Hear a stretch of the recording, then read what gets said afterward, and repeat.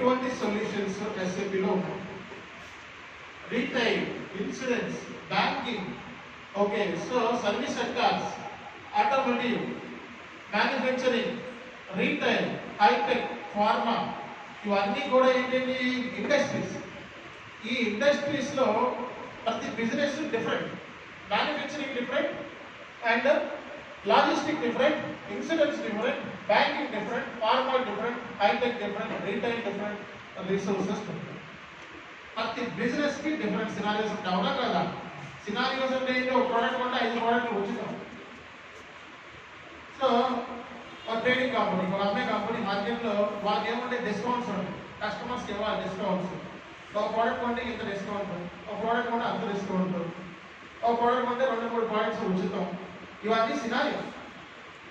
Down payments, advance payments, so installments, ఇవన్నీ different scenarios. అలాగే ఎస్ఏపిలో కన్ఫిగరేషన్ చేయాలి, మ్యాపింగ్ చేయాలి అండ్ ఆ సినారియోస్ వర్కౌట్ అవుతున్నాయా లేదా టెస్టింగ్ కూడా చేయాలి. కాబట్టి రేపు పొద్దున మీరు so different scenarios, real time scenarios కూడా పనిచేస్తారు. సినారియోస్ ఎక్కడి నుంచి వచ్చింది? బిజినెస్ బట్టి వచ్చింది సినారియోస్. మీరు చేసే బిజినెస్ అంటే క్లయింట్ చేసే బిజినెస్ని బట్టి డిఫరెంట్ సినారియోస్ అనేవి జనరేట్ అయింది. ఆ డిఫరెంట్ సినారియోస్ అన్ని కంపెనీస్కి ఈక్వల్గా ఉంటాయా? ఉండవు. ప్రతి మ్యానుఫ్యాక్చరింగ్ కంపెనీకి డిఫరెంట్ సినారియోస్ ఉంటాయి, ప్రోడక్ట్ బేస్డ్ కంపెనీకి డిఫరెంట్ సినారియోస్ ఉంటాయి, ఆయిల్ బేస్డ్ కంపెనీకి డిఫరెంట్ సినారియోస్ ఉంటాయి అండ్ ఇన్సూరెన్స్ సెక్టార్స్కి డిఫరెంట్ సినారియోస్ ఉంటాయి, బ్యాంకింగ్ సెక్టార్స్కి డిఫరెంట్ సినారియోస్ ఉంటాయి. మరి అన్ని సినారియోస్ని అర్థం చేసుకొని అన్ని ఇండస్ట్రీని మనం చదవటం it's not an easy task. So బిజినెస్ని అర్థం చేసుకోవడం అనేది ఎస్ఏపి కన్సల్టెంట్ చేయాల్సిన primary point. Okay, next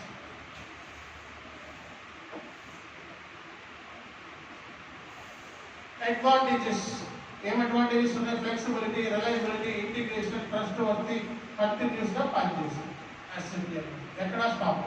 customization అంటే ఏంటి? According to the client requirement we need to do some changes to the SAP system. అంటే ఎస్ఏపీ సిస్టంలో క్లయింట్ రిక్వైర్మెంట్ బేస్ చేసుకొని మ్యాపింగ్ చేస్తుంది, దాన్నే కస్టమైజేషన్. నెక్స్ట్ అడ్వాంటేజెస్ అంటే ప్రతి సాఫ్ట్వేర్కి ఒక అడ్వాంటేజ్ ఉంటుంది. ఒక మొబైల్ కొంటే దాంట్లో ఏదో ఒక అడ్వాంటేజెస్ ఉంటుంది, అవునా కదా? సో ఈజీగా డిస్ప్లే చేయటము, సో డేటాని స్టోర్ చేసుకోవడానికి ర్యామ్ ఫెసిలిటీ కానీ అవన్నీ ఉంటాయి. అట్లాగే దీంట్లో కూడా ఏంటంటే cost saving, time saving, simple చెప్పాలంటే. సో మీ ఫ్లైట్ చార్జెస్ని లేకపోతే ఇన్వాయిస్ ప్రాసెసింగ్ టైంని వీటిని అది రెడ్యూస్ చేయడంలో హెల్ప్ అవుతుంది. Next versions very important. So latest version ఇక్కడ మనకి ఎవరైతే S4 HANA 1805 అన్నాము, కానీ S4 HANA 2021 version. Present version ఏంటి? S4 HANA 2021 version. 2021 వర్షన్ అనేది చాలా లేటెస్ట్ వర్షన్. సార్ కొత్త వర్షన్ వచ్చింది వెంటనే నేర్చుకోవాలంటే కాదు, ఎస్ఏపీ కూడా రిలీజ్ చేస్తారు. కానీ ఇంకా మనం ఏ వర్షన్ యూజ్ చేస్తున్నాం? ఎస్ఏపీ, ఈఆర్పీ, ఈసీసీ అనేది ఎప్పుడు స్టార్ట్ అయింది? 2005లో స్టార్ట్ అయింది. ఓకే, ఈహెచ్పి 7, ఈహెచ్పి 6, ఈహెచ్పి 7 ఎప్పుడు వచ్చింది? ఈహెచ్పి 7 2013. ఇంకా వాడుతూనే ఉన్నాం. అంతకంటే పాతవి కూడా కంపెనీ వాడుతూనే ఉంటాం. కంపెనీ ఎస్ఏపీ కూడా ఎప్పటికప్పుడు రిలీజ్ చేస్తూ ఉంటాడు కొత్తవి, కానీ వెంటనే ఇంప్లిమెంట్ ఎవడో జాయిన్ అవ్వడు. ఫస్ట్లోకి అవి ఫ్యూచర్లో జాయిన్ అవుతాం. అవి వర్కౌట్ అవ్వాలి, ఫస్ట్ టెస్టింగ్ చేయాలి, వర్కౌట్ అవ్వాలి. అప్పుడు ఎస్ఏపీ కూడా రీసెర్చ్ చేసి అన్నీ ఇస్తాడు. అవి కొన్ని కంపెనీస్ వెంటనే కన్వర్ట్ అవుతాయి, అన్ని కంపెనీలు కన్వర్ట్ కావు. మాకు ఎందుకేంటి కన్వర్షన్స్? మేము ఆల్రెడీ మనకున్న డేటా సరిపోతుంది, ఎస్ఏపీని ఓల్డ్ వర్షన్ యూజ్ చేసుకోవాలి చాలు అన్న కంపెనీస్ కూడా ఉన్నాయి. లేదు కొత్త వర్షన్ మూవ్ అవుతాం, మేము కొత్త నేర్చుకుంటాం, సో కొత్త ఏది వచ్చిందో దాన్ని ఫాలో అవుతాం అన్న కంపెనీస్ కూడా ఉంటాం. కాబట్టి ఈ 2 పాయింట్ ఆఫ్ వ్యూ కూడా మనం కన్సిడర్ చేయాలి. నెక్స్ట్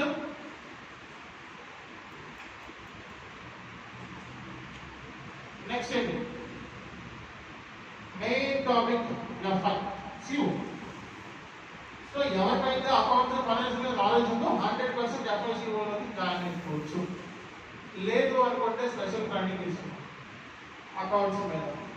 సో ఆ ట్రైనింగ్ తీసుకొని జాయిన్ అయిపోవచ్చు. BSc స్టూడెంట్స్తో కూడా మనం all general entries, SFC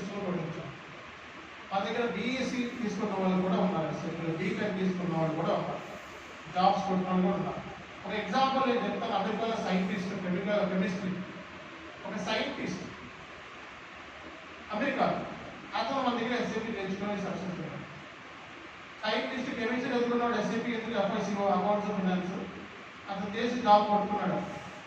okay, so కాబట్టి FI CO చేయాలి అంటే అకౌంట్స్ ఫైనాన్స్ నాలెడ్జ్ రావాల్సిన అవసరం లేదు. సో మన దగ్గర డెడికేషన్, హార్డ్ వర్క్, ఇంట్రెస్ట్, ఈ మూడు ఎక్కడికైనా ఇస్తాం, ఏ కోర్స్ అయినా నేర్చుకోవచ్చు. ఓకే, నెక్స్ట్ FI CO అంటే FI అంటే ఫైనాన్షియల్ అకౌంటింగ్, CO అంటే control. Financial accounting main focus వచ్చేటప్పటికి ఎక్స్టర్నల్ రిపోర్టింగ్. ఏంటంటే ఎక్స్టర్నల్ రిపోర్టింగ్. ఎక్స్టర్నల్ అంటే ఏంటి? ఫైనాన్షియల్ రిపోర్టింగ్ అంటే ఏంటి? అంటే ఫైనాన్షియల్ స్టేట్మెంట్స్ అంటే ఏంటో తెలుసుకోవాలి. First balance sheet, profit and loss account, cash flow statements.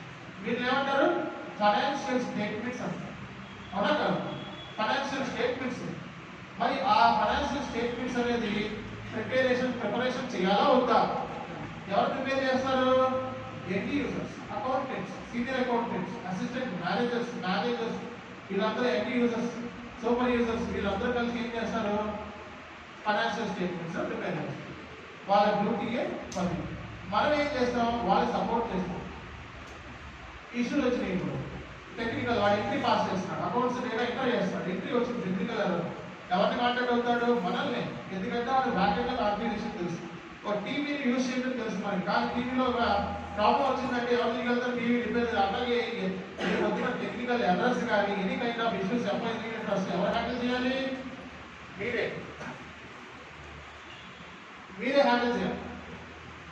కాబట్టి మీరు IT consultant, technical consultant, technical service specialist, associate consultant, senior consultants, principal consultants, anything. Okay, next అంటే మీరు ఎక్స్టర్నల్, ఇంటర్నల్. అంటే రేపు వచ్చిన షేర్ హోల్డర్స్ ఉంటారు, financial balance sheet, financial statement చూసే కదా వాళ్ళు ఇన్వెస్ట్మెంట్ చేసేది.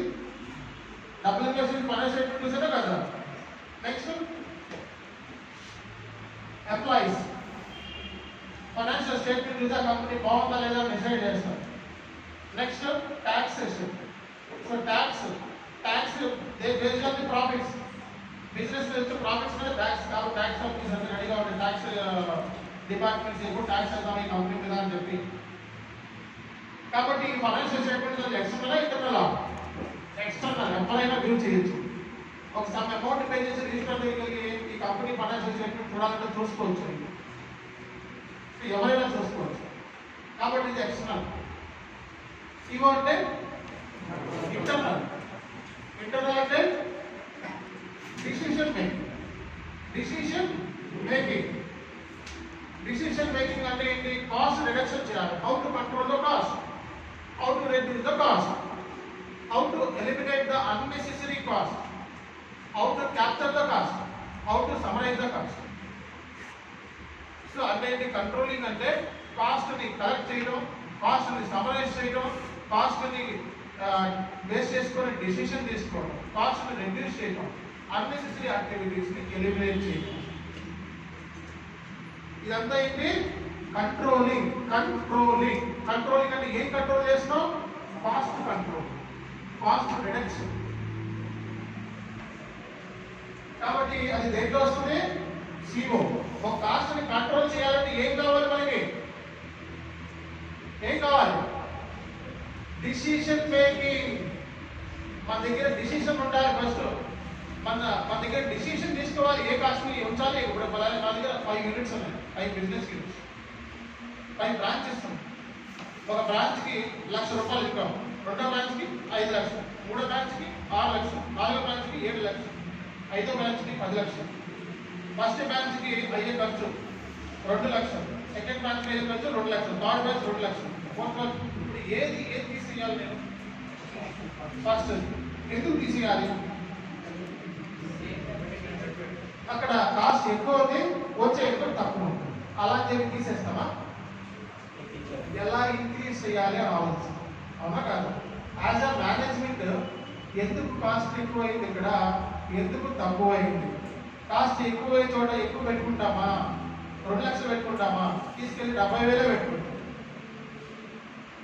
సో ఎందుకు ఎందుకు ఉంచాలి, ఎందుకు తీసేయాలి, ఏ కాస్ట్ని ఎక్కువ ఎందుకు ఉంది ఆ కాస్ట్ని తగ్గించాలి. అంతేగాని మొత్తం బిజినెస్ ఎత్తేయకూడదు. దానికి ఉండాల్సిన కస్టమర్స్ ఆల్రెడీ ఉన్నారు. బిజినెస్ ఎత్తేసామంటే కంపెనీలో మార్కెట్స్ షేర్స్ డౌన్ అయిపోతాయి. మనం ఏంటి, మనకి రాకలేదు ఎత్తేసామంటే అది స్టాక్ మార్కెట్స్ పడిపోతుంది. ఒక ఆడిట్ ఇష్యూ వస్తే స్టాక్ మార్కెట్ కంపెనీ పడిపోతుంది. ఒక స్విగ్గీలో ఆడిట్ ఇష్యూ ఉంటుంది. ఆడిటర్ బెటర్ మార్కెట్ అంటే స్టాక్ మార్కెట్లో డౌన్ అవుతుంది షేర్ వాల్యూ. కోవిడ్ వచ్చిందంటే షేర్ వాల్యూస్ పడిపోతుంది. అదే ఇంకా ఆడిటర్ సిగ్నేచర్ చేస్తే, కాబట్టి చాలా చాలా ఇంపార్టెంట్. కాస్ట్ని తగ్గించడం అంటే కంపెనీ వ్యతిరేకం కాదు, మేనేజ్మెంట్ డిసిషన్ తీసుకోవాలి ఎట్లా ఇంప్రూవ్ చేయాలి. ఒక సైడ్ నుంచి కాస్ట్ తగ్గిస్తే ఇంకో సైడ్ నుంచి ప్రాఫిట్స్ పెరుగుతున్నాయి. ప్రాఫిట్స్ని పెంచడమే ఈ కంట్రోలింగ్ యొక్క మెయిన్. కాస్ట్ని తగ్గించడం, ప్రాఫిట్స్ని పెంచడం, సేల్స్ని పెంచడం. It's a decision making. అన్ని కంపెనీస్ కూడా స్టెప్గా ఉంటాం. మార్కెట్లో కంపెనీ లాస్లో ఉంటుంది, కంపెనీ ప్రాఫిట్స్లో ఉంటుంది. రీజన్ ఏంటి? Because of cost. ఎక్కడ ఎంత ఇన్వెస్ట్మెంట్ చేయాలో అది తెలియలేదు కాబట్టి మనం ఫెయిల్ అయ్యాం.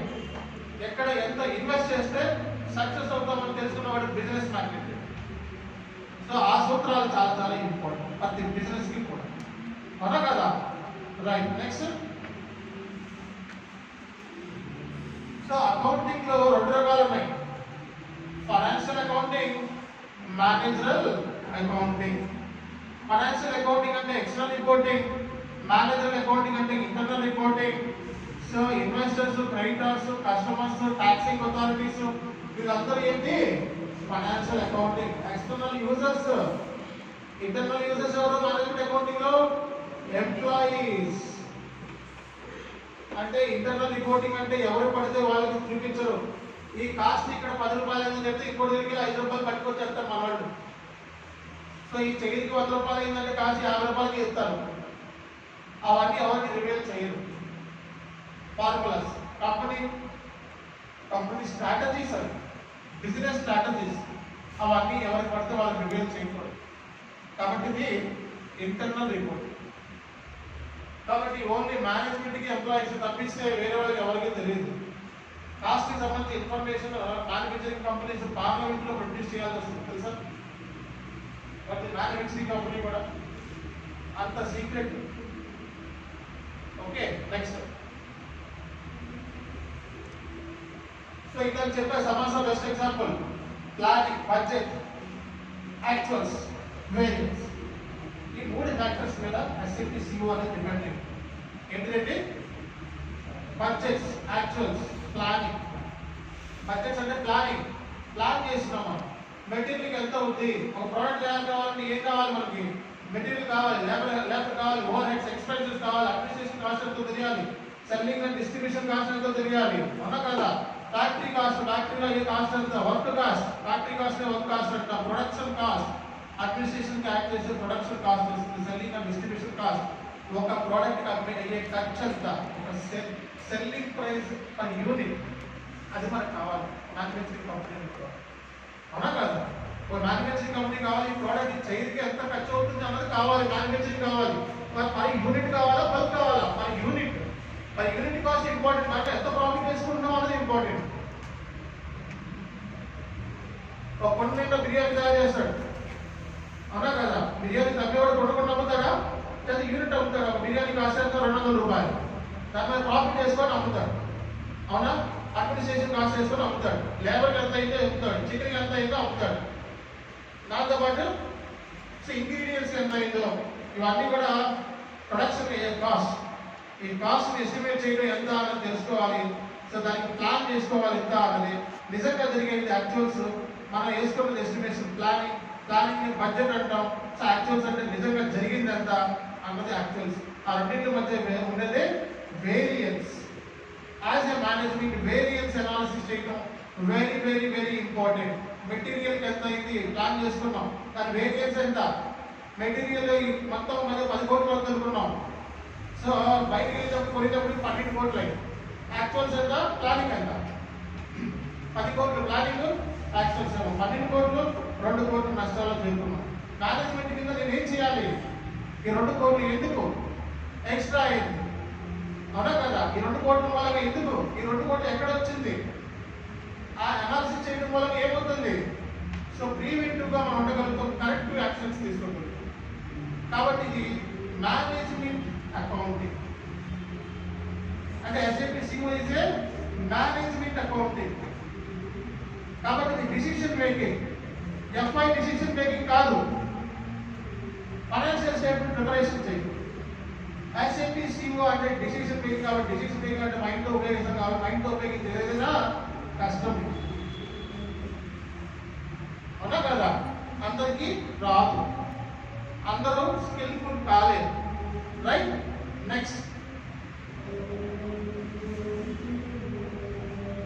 SAPలో ఏ మాడ్యూల్స్ ఉన్నాయి అనేది ఇక్కడ చూడండి. SAP FIలో ఉన్న మాడ్యూల్స్ చూడొచ్చు. ఇక్కడ ఈ మాడ్యూల్స్ ఉన్నాయి. SAP FICOలో ఏ మాడ్యూల్స్ ఉన్నాయి చూపించండి.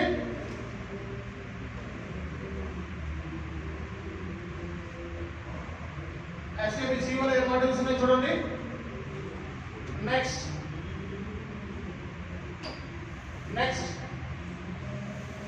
సర్టిఫికేషన్. ఇందాకే అడిగా సర్టిఫికేషన్ ఏంటి అంటే ప్రెషర్ అయితే 4 లక్షల నుంచి 2.5 లక్షల నుంచి 4 లక్షలు అవుతుంది. సో డైరెక్ట్గా SAP ఓడించిన ఆథరైజ్డ్ పార్ట్నర్ సెంటర్స్ దగ్గర ఉంటాయి, బెంగళూరులో హైదరాబాద్లో ఉంటాయి. SAP పార్ట్నర్స్ వాళ్ళ దగ్గరికి వెళ్ళి ట్రైనింగ్ తీసుకోవాలి. వాళ్ళు మీకు ఎగ్జామ్స్ పెడతారు. ఆ SAP ఎగ్జామ్ రాస్తే గ్లోబల్ సర్టిఫికేషన్ వస్తుంది. సర్టిఫికేషన్ వచ్చినందుకు మాత్రాన మీరు జాబ్లో మీకు ఏదో వెయిటేజ్ ఉంటుంది అనుకుంటే 100% రాంగ్. సో మన దగ్గర majority of students 95% students certification లేకుండానే జాబ్ కొడతారు. మీ దగ్గర టైం ఖాళీ మనీ ఉంది అనుకుంటే సర్టిఫికేషన్ రాసుకోండి. సో 50,000 ఏంటంటే సో ఒక 2 ఏళ్ళు SAPలో ఉన్నట్టు చూపించి 50,000కి మనకి S4 HANA సర్టిఫికేషన్ ఏదో రాసుకోవచ్చు. డబ్బు తీసుకో డబ్బు చదువుకుంటే ఆ క్వశ్చన్ వస్తే ఆ క్వశ్చన్స్ ఎగ్జామ్లో రాసుకోండి, పాస్ అయిపోతాం. 6 అటెంప్ట్ ఉంటుంది. 6 అటెంప్ట్లో ఒక అటెంప్ట్ పాస్ అయినా చాలు. Next so salary 4+ years experience మీరు ఎంత పెట్టుకుంటారో అంత శాలరీ వస్తుంది. 10 లక్షలు కావాలి 10 లక్షలు పెట్టుకోండి, 12 కావాలి 10 పెట్టుకోండి, 14 కావాలి 14 పెట్టుకోండి, మీ ఇష్టం. ప్రెషర్ అయితే మాత్రం 2.4, 2.5 నుంచి 5 లక్షల లోపు వస్తుంది. నెక్స్ట్ సో SAP శాలరీస్ గురించి అయితే వరి అవ్వాల్సిన అవసరం లేదు. ఎందుకంటే అమెరికాలో గంటకి $100 పే చేస్తున్నారు, కెనడాలో గంటకి $100 పే చేస్తున్నారు. సో డాలర్స్లో ఉంటుంది అంటే రోజుకి దగ్గర 50,000 రూపాయల వరకు అమెరికాలో అర్థం చేసుకోవచ్చు. రోజు 50,000. గల్ఫ్లో మనకి చాలా SAP జాబ్స్ ఉంటాయి, దుబాయ్లో, మలేషియాలో, సింగపూర్లో. కాబట్టి SAP జాబ్స్ అనేది అసలు వరి అవ్వాల్సిన పనే లేదు. మార్కెట్లో ఎప్పుడైనా సరే SAP జాబ్స్ ఉంటాయి. ఒక వీక్ ఒక 2 వీక్స్ అలా ఉండకపోవచ్చేమో, కానీ జాబ్స్ అయితే ఎప్పుడైతే ఉంటాయి. కొంచెం మార్కెట్ స్టెబిలైజేషన్ లేనప్పుడు జాబ్స్ అనేది తక్కువ ఉంటాయి.